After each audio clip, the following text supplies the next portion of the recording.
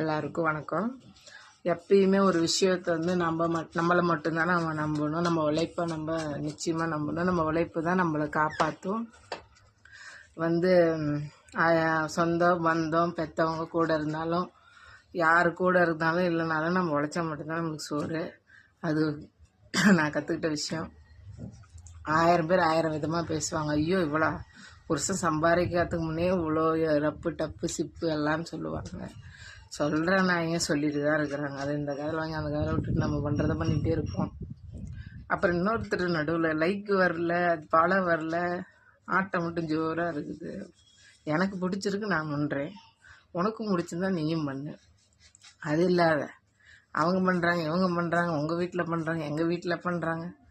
உன் வீட்டு கதவு சாத்தியிருக்கு, அதோடு நீ நிறுத்திக்க. சரியா? அடுத்தவங்க வீட்டுக்கு வந்தால் சீல் வச்சுருவாங்க. உஷாராக இருந்துக்கும்.